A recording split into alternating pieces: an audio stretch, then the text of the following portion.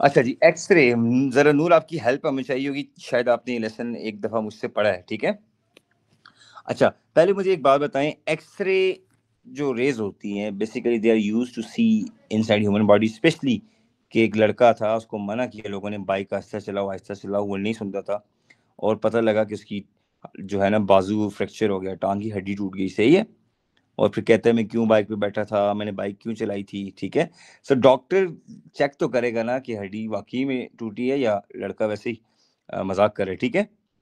तो वो basically x ray की मदद से हम इमेज देखेंगे। क्लियर। सो सबसे पहले हम एक्सरे की प्रोडक्शन के बारे में पढ़ेंगे, how we are going to produce x rays. चलें जी, first of all what is this, यहाँ पे क्या हो रहा है? इस जगह पे क्या हो रहा है?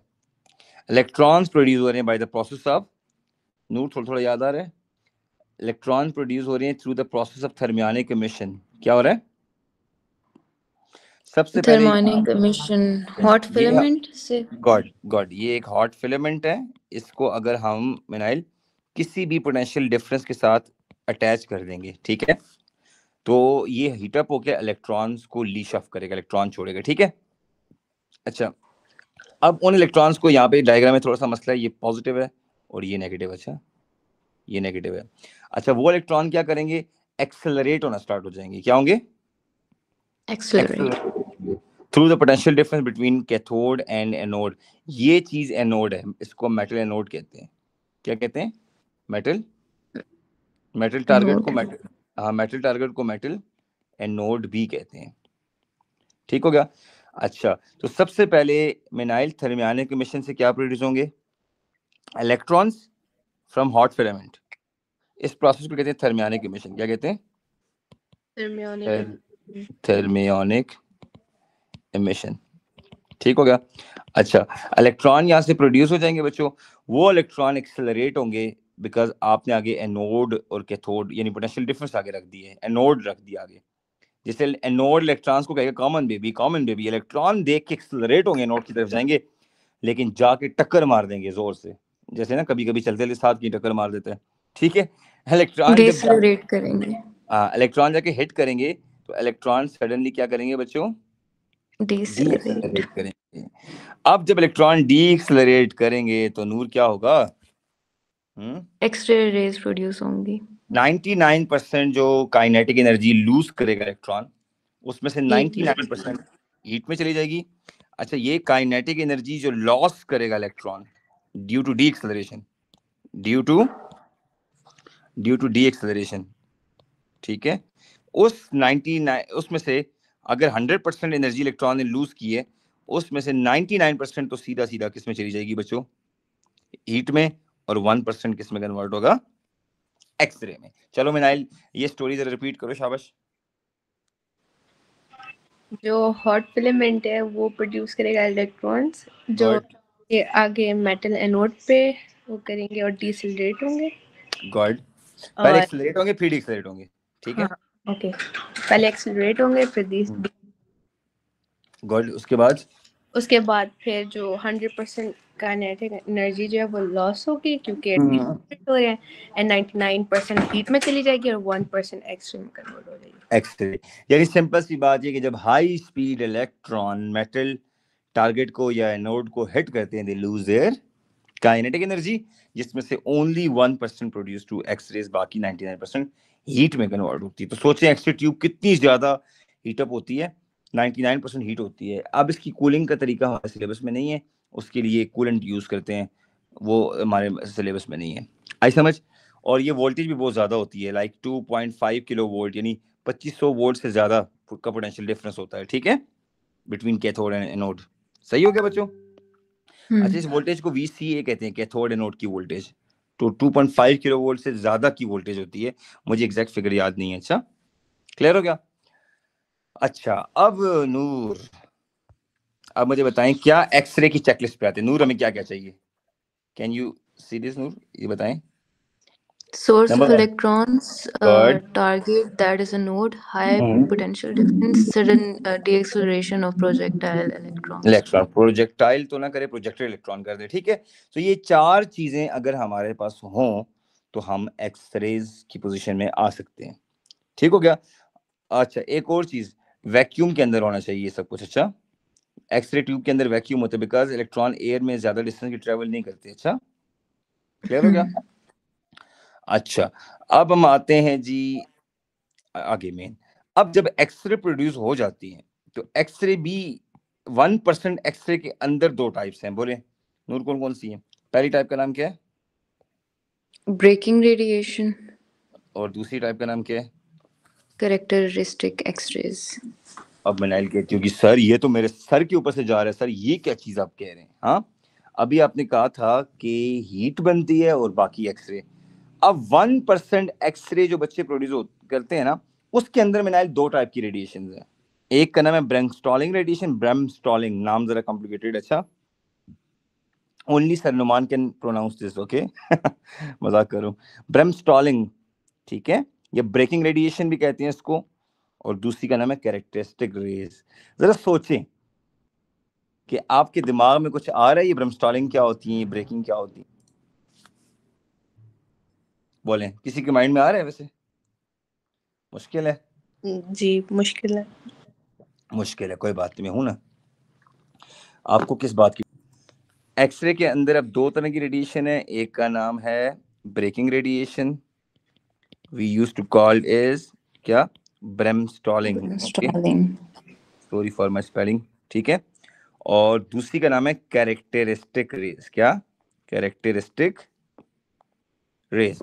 चलें अब जरा सोच के बताएं कि ये ब्रेमस्टॉलिंग कब बनती होंगी और ये कैरेक्टरिस्टिक्स कब बनती होंगी? सोचें सोचें सोचें सोचें, क्यों बनती है? Braking radiation sudden deceleration of electron से होती होगी।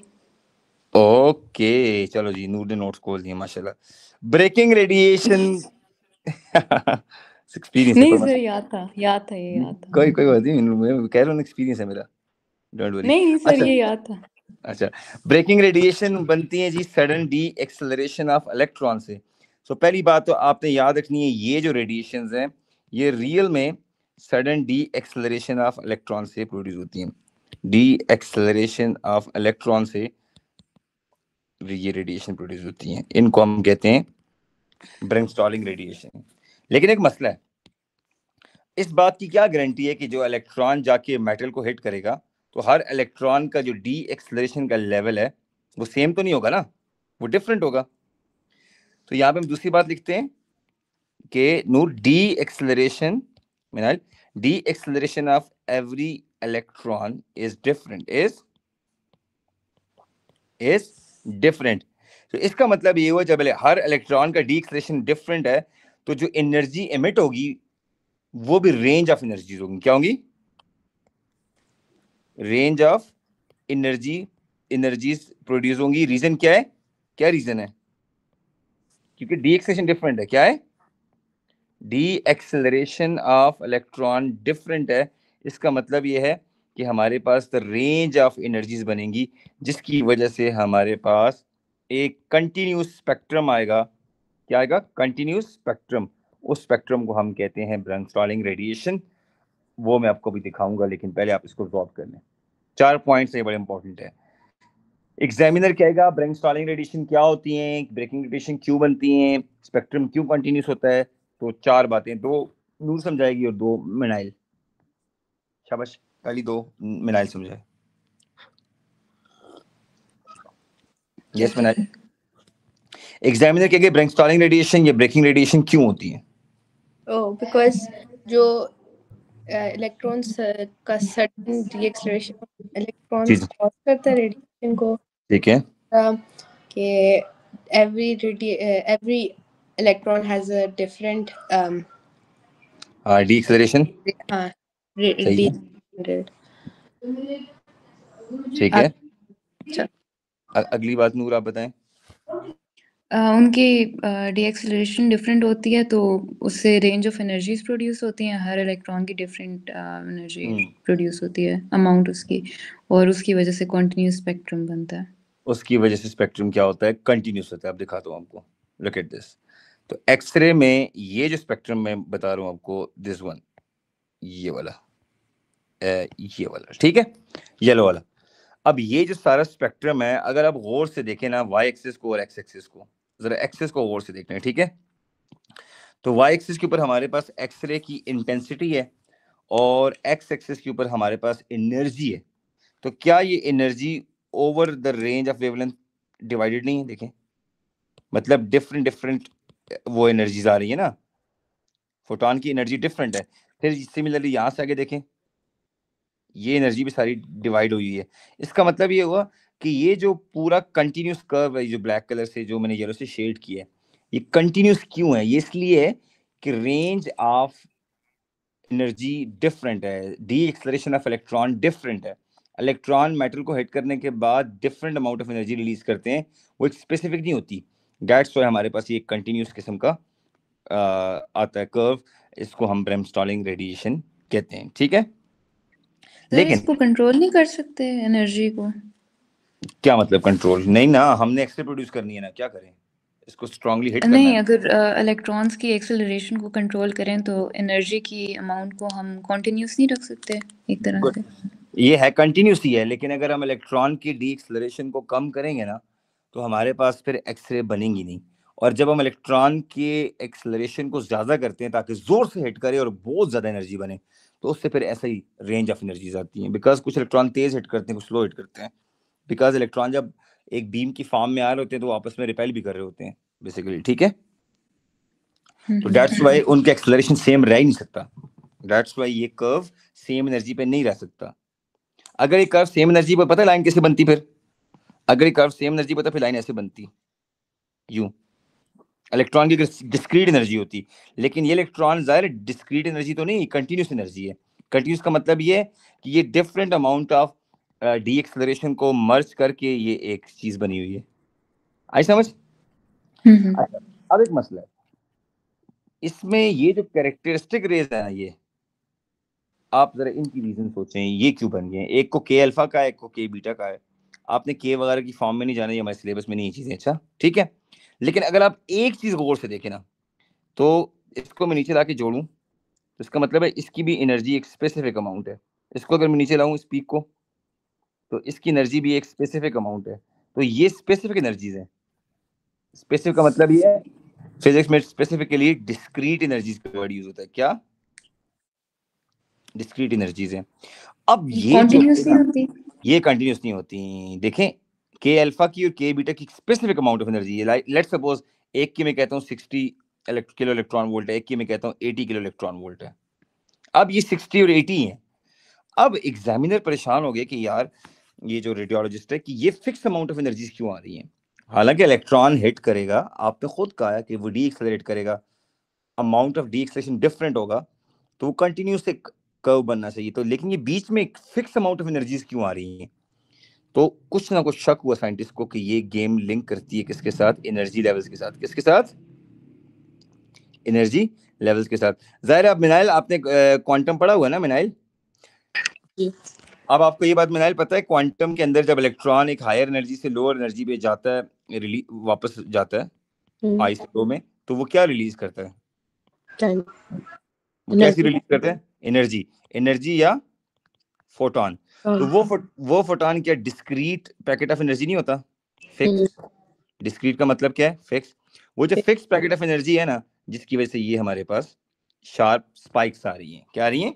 शार्प मतलब इस एक्सरे के स्पेक्ट्रम में रेडियोलॉजिस्ट ने कंफर्म किया दिया कि इलेक्ट्रॉन्स ने, दो इलेक्ट्रॉन ने जंप लगाए। एक ने लेट्स सपोज थर्ड से सेकंड में जंप लगाया, एक ने थर्ड से फर्स्ट में जंप लगाया, ठीक है। लेकिन ये इसने बिगर जंप लगाया है, इस वाले का जंप बिगर जंप है, ठीक है। जंप का मतलब ट्रांजिशन, इसका स्मॉलर ट्रांजिशन है, स्मॉलर जंप है। क्लियर हो गया? तो कैरेक्टरिस्टिक रेस के लिए मैं आपको नोट्स में जो एक इंपॉर्टेंट बात लिखवाने लगा हूं वो ये है कि हाँ, वो इंपॉर्टेंट बात ये है कि electron in the metal anode they get excited. Electron in the metal anode, ठीक है, दे गेट एक्साइटेड। ये क्यों एक्साइटेड होते हैं? Because they absorb photons, they absorb energy basically. अच्छा, इलेक्ट्रॉन जब एक्साइटेड होते हैं तो क्या होते हैं बताएं? एक्साइटेड होने के बाद इलेक्ट्रॉन क्या करता है? एनर्जी लेवल ट्रांजिशन करते हैं। गुड, ट्रांजिशन करता है किस लेवल से? लोअर से लोअर से हायर। Very good. अब इलेक्ट्रॉन लो से लेके हाई लेवल तक ट्रांजिशन कर देता है। अब इलेक्ट्रॉन जब दोबारा अगेन डी एक्साइटेड होता है, यानी electron go back to the ground state, electron जब डी एक्साइटेड होता है, डी एक्साइटेड इलेक्ट्रॉन, तो वो क्या रिलीज करता है? फोटोन। यस, वो रिलीज करता है एक फोटॉन्स। ठीक है बच्चों, वो फोटॉन एक डिस्क्रीट पैकेट ऑफ एनर्जी है जिसकी वजह से शार्प कट ऑफ है। वो फोटॉन एक डिस्क्रीट पैकेट ऑफ एनर्जी है। लाइक मिनाइल को ये बात समझ आनी चाहिए कि E3 में से E1 पे शायद जा सकता है, हो सकता है E2 में से E1 पे जा सकता है। तो वो जो discrete packet of energy produce करेगा वो हमारे पास एक फिक्स्ड एनर्जी होगी, डिस्क्रीट होगी, जिसकी वजह से शार्प कट ऑफ आते हैं, जिसकी वजह से शार्प कट ऑफ आती हैं या पीक्स आती हैं ग्राफ के ऊपर। किसके ऊपर? ग्राफ। और इन शार्प कट ऑफ को या पीक्स को हम कहते हैं कैरेक्टरिस्टिक रेज। क्या कहते हैं बच्चों? Characteristic rays. करो मिनाल, अब जरा स्टोरी रिपीट करो, शाबाश। ये वाली कैरेक्टरिस्टिक रेज वाली। इलेक्ट्रॉन जो मेटल एनोड होता है उसमें जो इलेक्ट्रॉन्स होते हैं वो एक्साइटेड हो जाते हैं, बिकॉज ऑफ दैट इलेक्ट्रॉन की ट्रांजिशन होती है from lower to higher energy level. सही है। तब इलेक्ट्रॉन्स डी एक्साइट होते हैं, वो रिलीज करते हैं फोटोन। जो फोटोन होते हैं एक डिस्क्रीट पैकेट ऑफ एनर्जी होते हैं, फिक्स वैल्यू पे वो होता है। तो this causes a sharp cut off. Well done, well done. Noor आप बताओ शाबाश, कहाँ पे शार्प कट ऑफ्स हैं और आपको कैसे पता लगा? के बी और के ए पे। के ए और के बी। अच्छा, जरा उसको एक्स एक्सिस पे जाके टैली करो, देखो क्या फिक्स अमाउंट ऑफ एनर्जी 60 और 80। हाँ, तो वो 6 है, वो रेंज ऑफ एनर्जी तो नहीं है ना? Fix amount. इसका मतलब ये हुआ कि जब भी आपको पेपर में ऐसा क्वेश्चन आए, आपने ऐसे स्केल रख के यूं, ठीक है बच्चों, और आपसे पूछे ना कि इलेक्ट्रॉन ने जो एनर्जी रेडिएट की है, एब्जॉर्ब की है, बताएं वो कितने जाउल की है, कितने इलेक्ट्रॉन वोल्ट की है, यहाँ पे आके आपने टेस्ट करना है। ये आई समझ? सपोज करें 60 आ गया, क्लियर? तो ये 60 किलो इलेक्ट्रॉन वोल्ट की एनर्जी है जो उसने रेडिएट की है। अब मिनाइल को अगर ये एनर्जी पता चल जाए डेल्टा ई, तो वो ये भी कर सकती है कि E2 माइनस E1, यानी अब मिनाइल को अगर ये एनर्जी पता चल गई ग्राफ से, किससे? ग्राफ से, और लोअर लेवल की एनर्जी अगर गिवन हुई, तो मिनाइल ये कह सकती है, अगर ये गिवन हुई लोअर लेवल की एनर्जी, तो मिनाइल ये बता सकती है कि किस लेवल से इलेक्ट्रॉन किस में आया। ठीक है, आई समझ? देख वो जो क्वांटम का मिनाइल, ये वाला लेवल अगर इसकी एनर्जी गिवन है और इसकी नहीं गिवन, इसकी नहीं गिवन, इसकी गिवन है, और मिनाइल को पता चल गया कि सर ये हमारे पास एरो है, सॉरी ये ऐसे, ठीक है, क्लियर? अब आपको अगर इसकी एनर्जी गिवन है, जिसको मैं ब्लू कलर से शेड कर रहा हूँ, और ब्लैक वाले की नहीं गिवन, लेकिन डिफरेंस तो पता चल गया ना इसके थ्रू, तो आप इससे E2 माइनस E1 करके वो आप निकाल सकती हैं। ठीक है, ठीक है। अच्छा जी, ये हो गया जी हमारे पास एक्सरे की प्रोडक्शन। अब 5 मार्क का क्वेश्चन है एग्जाम में, इसका क्या आंसर होगा देखते हैं। चले, 2 लोग हैं इस क्लास में, जरा पूरे करें 5 मार्क्स कैसे पूरे होंगे? ट्राई करें शाबाश, एक पॉइंट बता। सर हॉट फिलामेंट से थर्मोनिक एमिशन रिलीज होती है जिससे इलेक्ट्रॉन्स एमिट होते हैं। अगली बात मनाइल करेगी। गुड, नूर ने पहली बात कंप्लीट कर दी। थर्मियोनिक एमिशन होती है हॉट फिलामेंट से जिससे इलेक्ट्रॉन्स प्रोड्यूस होते हैं। आगे मनाइल क्या होगा? एक्सेलरेट करना, डिक्सेलरेट करके मेटल एनोड को वो करते हैं, कांटेक्ट में आते हैं। ओके, एक minute. Now electron accelerated by applying a potential difference between anode and cathode. अच्छा, आगे नूर आप। इलेक्ट्रॉन हिट सर का एनोड से हिट करते हैं तो सडन डीएक्सेलरेशन होती है जिससे एक्स रेज प्रोड्यूस होती हैं। 99% हीट और 1% एक्स रेज। एक चीज, as electron hit the metal anode they lose their kinetic energy due to which ये काम होता है। आगे मिनाइल। हीट प्रोड्यूस होती है 99%। फिर 2 तरह के एक्स रेज प्रोड्यूस होते हैं, एक ब्रेकिंग और एक स्पेसिफिक। गुड, मिनाइल आप इस तरह करें कि आप ब्रेकिंग रेडिएशन को एक्सप्लेन करें और नूर कैरेक्टरिस्टिक्स को।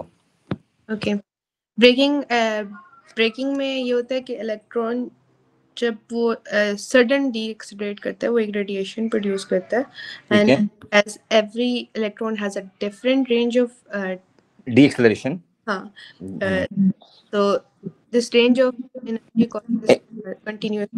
वेरी गुड, जिससे रेंज ऑफ एनर्जीज आएगा। और आप बताएं नूर। Characteristics में electrons in metal anode get excited by absorbing energy. They transition from a low to high level, and then they go back in their de-excited state, which releases photon. Photon is discrete packets of energy, God. और उससे fixed energy release होती है और sharp graph good बनता हो है. गया. अच्छा, आपने अब नूर एक बात जो मिस की, इलेक्ट्रॉन जब डी एक्साइट होगा तो they give off electromagnetic radiation. अच्छा, photon is basically electromagnetic radiation. ठीक है, आप जरा इसकी मार्क्स स्कीम पढ़े, मैं जरा इंटरनेट वो करके आ जाऊं, वो दूसरी डिवाइस बंद कर दूं. ठीक है, ये पढ़े मार्क्स स्कीम. हाँ बच्चों, हम बैक. सो देखिए हमारा कोई मार्क्स कटा तो नहीं है, जरा देखते हैं ना. चले कोई चीज, ये देखा आपने? यस, ये मिनाल ने बोला है. अच्छा, ये भी ठीक है. Yes, continuous spectrum. हाँ, कंटिन्यूस स्पेक्ट्रम. ये जो कंटिन्यूस एनर्जी बोली है ना मिनाइल आपने, रेंज ऑफ डिस्कशन होगा. बोला था ये भी. अच्छा, ठीक है. अब आप देखें, आपने बात को थोड़ा सा एक्सप्लेन ज्यादा किया होगा, लेकिन ये 5 मेजर चीजें एग्जामिनर देखेगा मार्किंग स्कीम में. मतलब ये होनी चाहिए क्या?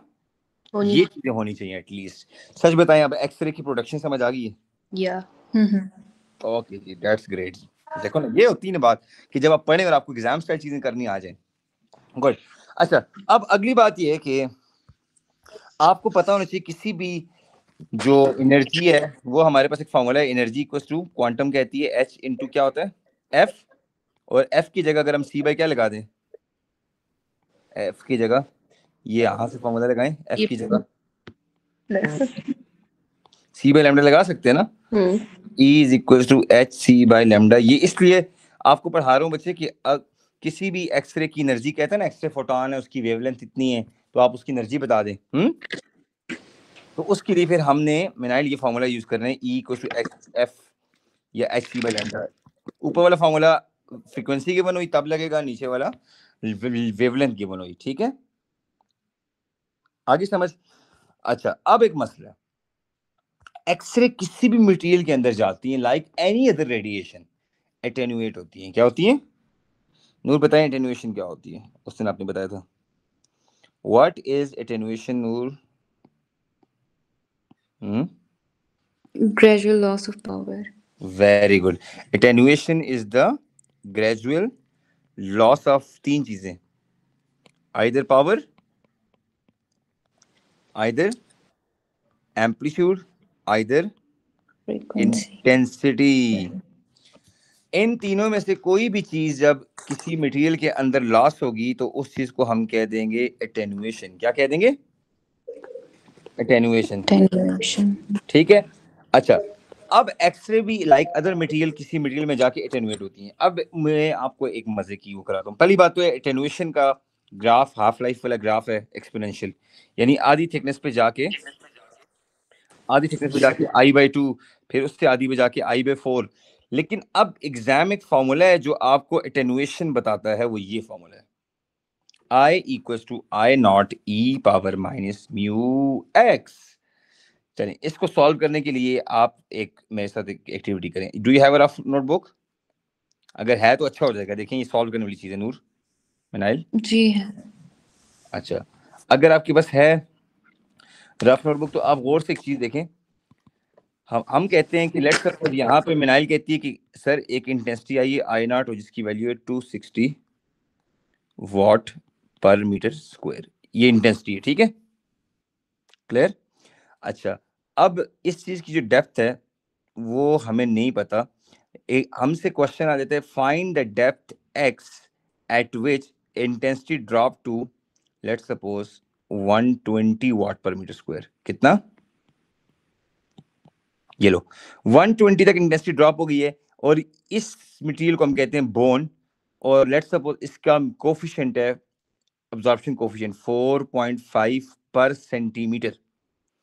अब आप जरा गौर से देखें, मैंने इस क्वेश्चन में दिया क्या क्या, मैंने मांगा क्या है. चलिए टेक लगाते हैं. क्या इनिशियल इंटेंसिटी गिवन है? Yup. Very good, initial given है, वो ये है. क्लियर, ठीक हो गया. क्या मैंने इंटेंसिटी आफ्टर सम डेप्थ दी है? जी. 120 और इनिशियल है 260. सही हो गया.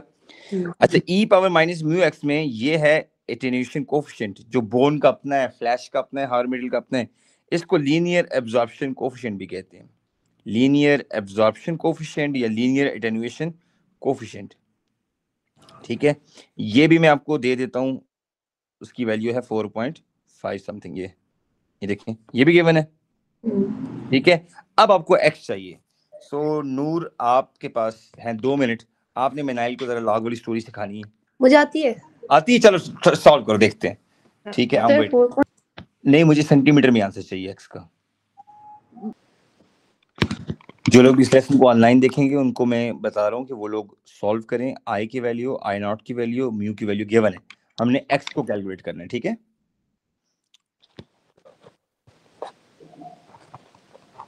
मिनाइल आया आंसर?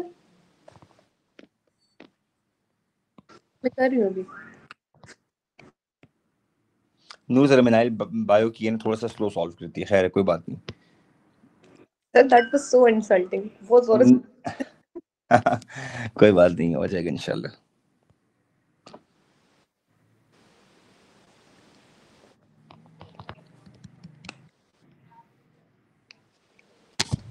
ओके जी, नूर क्या आंसर बनता है आपका? 0.17। 0.17, ठीक है। जो लोग ऑनलाइन देख रहे हैं उनके लिए बता रहा हूँ, 120 डिवाइडेड बाय 260 किया है, और e power minus mu x. बच्चों नूर आगे क्या किया आपने? लॉग आपने ले लिया, गुड। तो इस चीज का आपने लॉग ले लिया है, equals to log of e power minus mu x. अब क्या होगा नूर? लॉग और ई पावर म्यू कैंसिल हो एक्स जाएगा, नीचे आ जाएगा और ln e गुड। कैंसिल हो जाएगा क्योंकि वो 1 की। गुड, ये स्टार्ट में आ जाएगा और लॉग ऑफ ई को हम 1 कर देंगे। क्या कर देंगे? 1। सो यहाँ से आंसर जो आएगा, नेगेटिव आंसर आएगा, that negative answer is minus mu x की इक्वल, नेगेटिव नेगेटिव से कैंसिल। तो यहाँ से आप म्यू को डिवाइड कर दें तो एक्स की वैल्यू नूर बताएं कितनी आई है? 0.172। मनाइल मैच करें, 0.172 centimetre. It means this is basically the depth जिसके बाद एक्सरे की जो इनिशियल इंटेंसिटी है बच्चों, वो ड्रॉप होके 120 पहले थी, सॉरी 260 पहले थी, 260 से ड्रॉप होके वो इंटेंसिटी 120 पे आ गई। पहले कितनी थी? 260, और अब कितनी होगी ये? 120 after covering this depth. I hope मिनाइल यू एंजॉयड दिस मैथ्स। अच्छा, अब एक मसला है, मुझे बताएं इस डायग्राम में why it is too much drop in bone as compare to flesh? Sir density की वजह से। यस नूर, मिनाइल आप बताएं which one is more dense, bone और फ्लैश? More dense. बॉडी में क्या होता है, फ्लैश या बोन? मोर डेंस।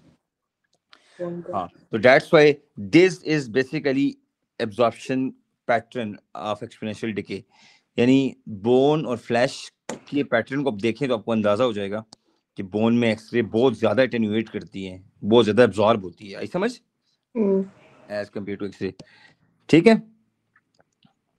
ओके, यही तो रीजन है ना, अब जब पेशेंट का एक्सरे करते हैं ना तो उसकी बोन्स एब्जॉर्ब कर लेती हैं, जो रिब्स और केज है वो एब्जॉर्ब कर लेती हैं एक्सरे को, लेकिन बाकी एक्सरे पास करती हैं, तो इसका मतलब पेपर के ऊपर, शीट के ऊपर रिब्स बनी आ जाती हैं, यानी जो नहीं पास हो सकती उसका इमेज आता है, जो पास होती है उसका इमेज नहीं आता, ठीक है। तो बॉडी से पास होती है उसका इमेज नहीं आता, जो नहीं पास होती ना एक्सरे, वो इमेज क्रिएट हो, उसकी वजह से इमेज क्रिएट होता है, ठीक है। अच्छा, अब एक मसला है, we wanted to improve x-ray because there is always room of improvement for everybody, लेकिन हमने दो तरह की इंप्रूवमेंट, रेडियोलॉजिस्ट चाहता है कि पेशेंट को इतनी एक्सरे ना हो कि वो हार्मफुल हो जाए, यानी एक्सपोजर टाइम को कम से कम करना चाह रहा है, पहला काम। दूसरा, जो डॉक्टर के पास इमेज जाए वो बड़ा शार्प हो, डॉक्टर को गुस्सा ना आए, बिकॉज डॉक्टर्स आपको पता है पाकिस्तान में क्या हाल है, उनके पास टाइम ही नहीं होता, ठीक है। अच्छा, तीसरा कंट्रास्ट, कंट्रास्ट यानी आपके पास बच्चों जो ब्लैकनिंग और व्हाइटनिंग का जो डिफरेंस है, डॉक्टर के पास जो एक्सरे में जाता है ना, जिसमें स्मोकी स्मोकी बोन्स बनी आती हैं और पीछे सारा बैकग्राउंड ब्लैक होता है, तो उसमें कंट्रास्ट का मतलब ये विजुअल डिफरेंस कितना है ब्लैकनिंग में और व्हाइटनिंग में। शार्पनेस का मतलब ये कि जिस बंदे का एक्सीडेंट हुआ था, जिसका हम एक्सरे कर रहे हैं, उसकी बोन्स कितनी वेल डिफाइंड है, यानी उसके एजेस कितने वेल डिफाइंड है। तो मैं यहाँ पे बच्चों एक बात लिख सकता हूँ, शार्पनेस का मतलब ये होता है कि एजेस कितने वेल डिफाइंड है, क्या एजेस ऑफ इमेज कितने वेल डिफाइन है। मिनाइल बचपन में जब पेंट करती थी, कुछ भी करती थी, उसको शौक होता था कि लेट्स सपोज मैंने एक इमेज बनाया, ठीक है, किसी का भी, क्लियर, नाम नहीं बताऊंगा ना, बुरी बात है। अच्छा, इसके एजेस को मिनाइल यूं यूं करके ना शार्प करती थी, ऐसे ऐसे, याद आया? ये लो, अब देख लो ऐसे, ठीक है, दिस इज शार्पनेस बेसिकली। लेकिन अगर हम इसको रीजन एक्स कहते हैं, इसको रीजन वाई कहते हैं, रीजन एक्स इमेज है और रीजन वाई बैकग्राउंड है, इनमें कितना डिफरेंस है, ये हमारे पास कंट्रास्ट है। Contrast is the visual difference between blackening and whitening. तो मैं यहाँ पे लिख देता हूँ, it is the visual difference between Whites and black. blackening and whitening of image. Sorry, मेरी अपनी अंग्रेजी, अच्छा कोई मसला नहीं, क्लियर, ठीक हो गया। तो ये तीन चीजें, अब आप सोचें यार, रेडियोलॉजिस्ट ये तीनों काम कैसे करते हैं कि एक्सपोजर को भी कम करे, पेशेंट को कम से कम एक्सपोजर दे, इमेज भी अच्छा शार्प हो, डॉक्टर को गुस्सा ना आए, यदि एजेस वेल डिफाइन हो, और कंट्रास्ट का मतलब ये कि बोन और जो बैकग्राउंड है उसमें डिफरेंस क्लियर हो। उसके लिए मैं आपको डायग्राम दिखाता हूँ। सबसे पहला एक्सपोजर टाइम को पहले करते हैं। नंबर 1, एक्सपोजर टाइम को रिड्यूस करते हैं, ठीक है, कैसे, ये देखिए, रिड्यूसिंग डोजेज, पेशेंट को मिलने वाली डोज, अब हम उसको थोड़ा सा कम करना चाहेंगे। कोई बता सकता है कैसे? फॉस्फोरस स्क्रीन लगाएंगे, इंटेंसिफाई करते हुए। अच्छा, इसके भी दो तरीके हैं, लेकिन आपको मैं सबसे आसान चीज जो बताता हूँ, एक होती है इंटेंसिफाइड स्क्रीन होती है, ठीक है। नूर ने बड़ी अच्छी बात बताई है कि हमारे पास अगर फास्फोरस की एक स्क्रीन हो तो पेशेंट को एक्सरे देने से पहले इस शीट से पास कर लें। सपोज करें मिनाइल का एक्सरे हो रहा है, ठीक है, नूर और साद सामने खड़े हैं, रेडियोलॉजिस्ट जैसी फ्लैश मारी तो नूर और साद ने कहा सर ये बच्ची बहुत वीक है बेचारी, कुछ हो जाएगा इसको एक्सरे से। तो आपने क्या किया कि एक्सरे जहां से आ रही है उसके आगे वो स्क्रीन रख दी, उसको इंटेंसिफाई स्क्रीन कहते हैं, मेड अप ऑफ फास्फोरस। तो फास्फोरस स्क्रीन से क्या होता है, फास्फोरस स्क्रीन इतनी अच्छी स्क्रीन है कि if you give one x ray photon they produce several thousand visible light के फोटॉन्स। यानी जैसे ही एक्सरे का फोटॉन फास्फोरस स्क्रीन को टच करता है तो फास्फोरस स्क्रीन एकदम से लस्टर, चमक, शाइन क्रिएट करती है, यानी विजिबल लाइट के सेवरल थाउजेंड फोटॉन्स निकलते हैं। अब अगर एक्सरे मिनाइल की तरफ जाएगी तो वो थोड़ी उसकी इंटेंसिटी ड्रॉप हुई होगी, इसको इमेज इंटेंसिफायर कहते हैं या इंटेंसिफायर स्क्रीन कहते हैं। बताओ मिनाइल क्या किया है? तुम्हें डर लगता था एक्सरे से, फिर क्या हुआ है? एक स्क्रीन लगा दी, इंटेंसिफायर स्क्रीन, जो कि फास्फोरस से बनी होती है, और क्या होता है कि उसमें जब एक फोटोन आके हिट करता है तो वो बहुत ज्यादा लाइट, विजिबल लाइट को। गुड। और मिनाइल को जब हमने कहा मिनाइल क्या होता है यार, तुम एक्सरे करा लो, मिनाइल की no sir, I am studying physics, x-rays like all other radiation क्या कर सकती हैं, they can cause damage to living tissues and then they cause what, mutation, and then Allah ना करे। फीटस का एक्सरे नहीं होता, किसका? फीटस, अनबॉर्न हाँ baby. Yes yes, newborn baby का एक्सरे नहीं होता, यू आर राइट, उसका अल्ट्रासाउंड होता है। थैंक्स, मुझे बता दिया, मुझे पता नहीं था। बेबीज दो मेरे, इन्फॉर्मेशन नूर को है। थैंक यू नूर। खबर मजाक कर रहा हूँ यार। ओके, नेक्स्ट जी। अच्छा, ये तो हमने पढ़ लिया अभी ना कि एक एक्सरे का फोटोन अगर हिट करे तो विजिबल लाइट के सेवरल थाउजेंड फोटॉन्स प्रोड्यूस होते हैं, जिससे एक्सपोजर 100 से 500 टाइम कम हो जाता है। मिनाइल को लगने वाला डर 100 से 500 टाइम्स कम हो जाता है जैसे ही मिनाइल दिखती है इंटेंसिफायर स्क्रीन को। कहती शुक्र है यार, बस अब बच रही हूँ, ये स्क्रीन मुझे बचा लेगी, है ना। अच्छा, फ्लोरोस्कोपी को छोड़ दें, आपके सिलेबस से आउट हो गई है, दैट्स व्हाई इसके ऊपर हम ज्यादा बात अभी नहीं करते, ठीक है बच्चों, ये आउट हो गया सिलेबस से। अच्छा, ये बहुत एक डिफरेंट किस्म की डायग्राम्स है, बुक में कॉम्प्लिकेटेड सी, आप जरा इसको भी छोड़ दें, लेकिन इतना देख लें, ये वो फास्फोरस स्क्रीन है जहां पे हमने हिट करना है एक्सरेज को, ये एक्सरेज आ रही है, ठीक है, समझ आ रही है। तो आगे ये हमारे पास एक फोटो कैथोड है, ये इसको एडजस्ट करते हैं ताकि सारी की सारी एक्सरे एक पॉइंट पे आके हिट करें, और इससे क्या होगा, हमारे पास फास्फोरस स्क्रीन से विजिबल लाइट के सेवरल थाउजेंड फोटॉन्स निकल जाएंगे, ठीक है। बस ये डायग्राम एक दफा देखनी है, इसके ऊपर इतना काम नहीं है, टेंशन मत लें। शार्पनेस, हमने एक्सपोजर वाला काम कर दिया। मैंने आपसे 3 प्रॉमिस किए थे ना, रेडियोलॉजिस्ट से 3 काम करने। नंबर 1 क्या था, ये वाला, एक्सपोजर टाइम। एक्सपोजर टाइम ये हमने कम कर दिया। अगली बारी है सेकंड बारी शार्पनेस की। देखने हैं जी शार्पनेस के लिए हम क्या करते हैं। अच्छा बात सुनिए, जब आप पेंसिल से कोई चीज बना रहे होते हैं स्केच, थोड़ी देर बाद पेंसिल को आप शार्प करते हैं, ये शार्प नहीं हुई, शार्पनेस से क्या होगा? मोर डिफाइंड। जो इमेज करेंगे स्केचिंग, उसके एजेस मोर वेल डिफाइन हो सकते हैं शार्प होने की वजह से। अगर आपको एजेस को वेल डिफाइन नहीं करना, कलर ही करना है अंदर, तो आप वो दूसरी पेंसिल से भी कर सकते हैं। लेकिन अगर आप चाहते हो कि इमेज स्केचिंग, आपने इमरान खान का एक स्केच बनाना है, ठीक है, तो एजेस उसके वेल डिफाइन करोगे तो खान लगेगा ना। आई समझ? अच्छा, अब शार्पनेस को अच्छा करने के लिए 2-3 मेथड्स हमारे सिलेबस में चलें। नूर, आपके माइंड में कोई भी तरीका हो? साइज ऑफ सर्कुलर नोड उसको एडजस्ट कर सकते हैं। एंटी स्कैटर ग्रिड यूज कर सकते हैं एल्यूमिनियम की। अच्छा, फर्स्ट ऑफ ऑल तो मिनाइल हम देखते हैं शार्पनेस इंप्रूव होती कैसे है। नूर, आपकी बात को मैं कंटिन्यू करता हूँ, जो दोनों बातें आपने बताई हैं।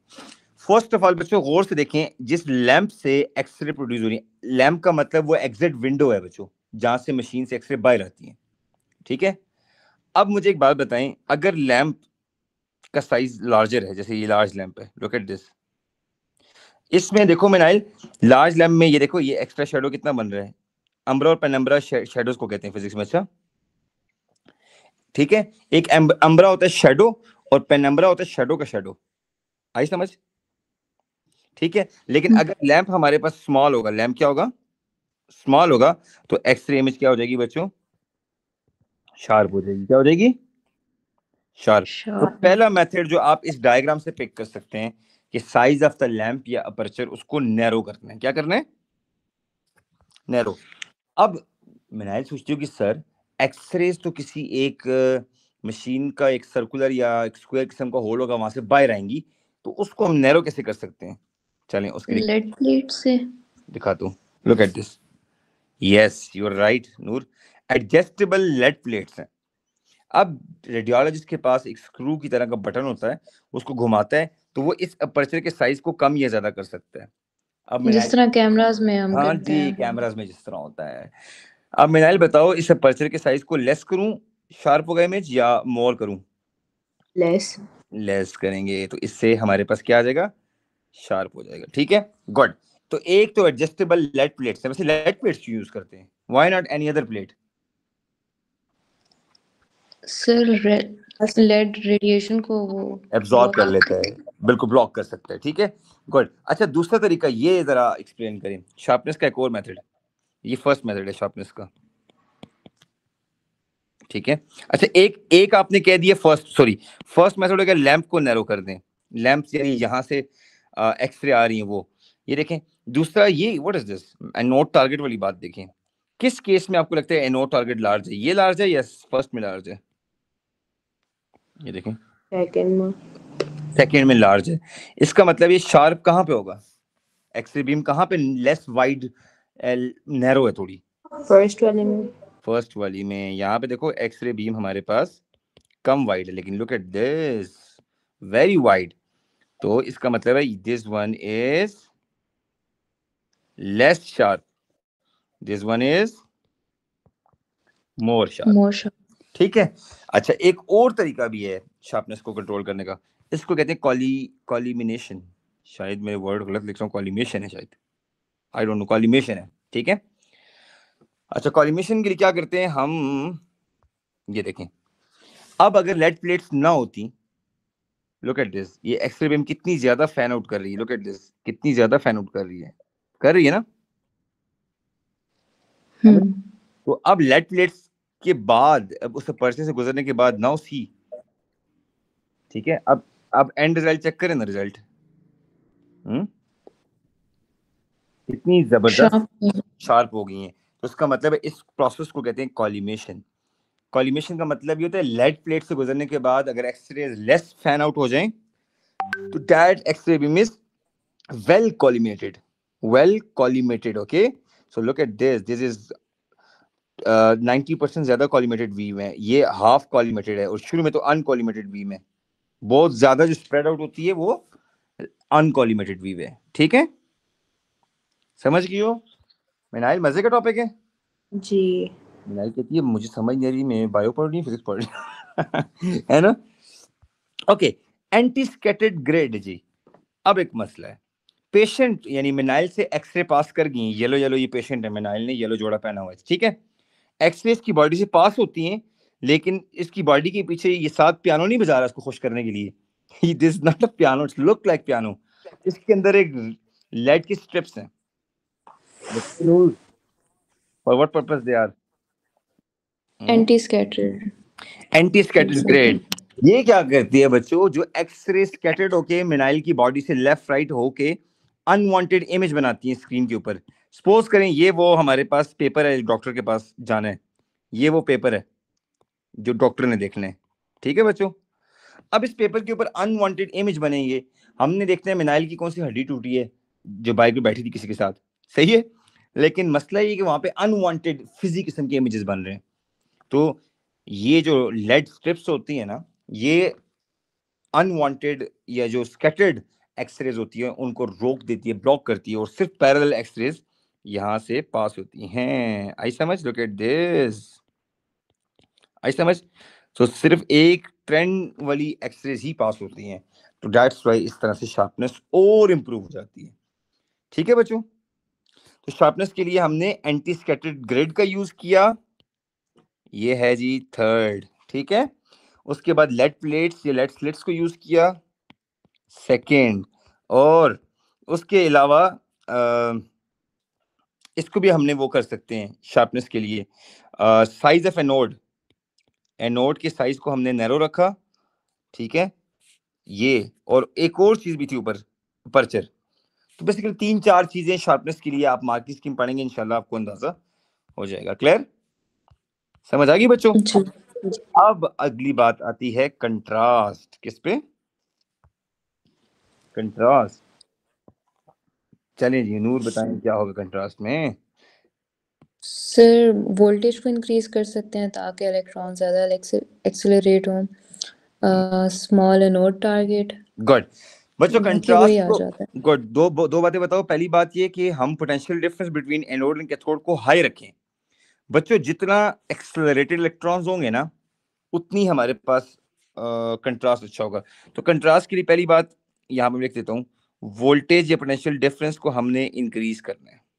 ये बहुत इंपॉर्टेंट बात है कंट्रास्ट के लिए, ठीक है।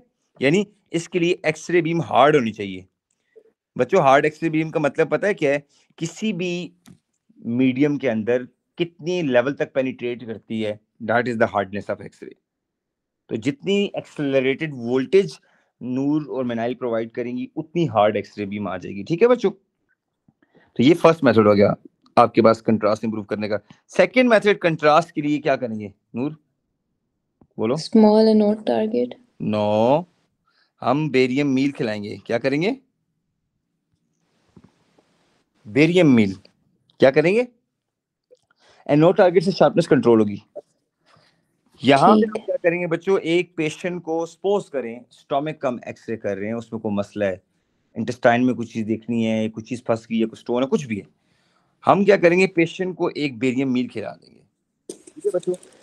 वो बेरियम मील क्या करता है, बेरियम केमिस्ट्री वाले बच्चों को ज्यादा बेहतर पता है, all sulphates are soluble except barium sulphate, calcium sulphate and one more था लेड सल्फेट शायद, या मर्करी सल्फेट, इनमें से कोई एक है, ठीक है। 3 सल्फेट्स ऐसे हैं जो इनसॉल्युबल हैं। तो बेरियम सल्फेट मिनाइल जब हम पेशेंट को खिलाते हैं ना, तो पेशेंट बेरियम मेल तो खा लेता है, बेरियम मील, लेकिन वो उसकी स्टोमक में जाके, इंटेस्टाइन में जाके वो होता है, डिसॉल्व नहीं होता बेसिकली। क्या नहीं होता? डिसॉल्व नहीं होता। उससे क्या होता है कि अब लेट्स सपोज ये हमारे पास इंटेस्टाइन है, ठीक है।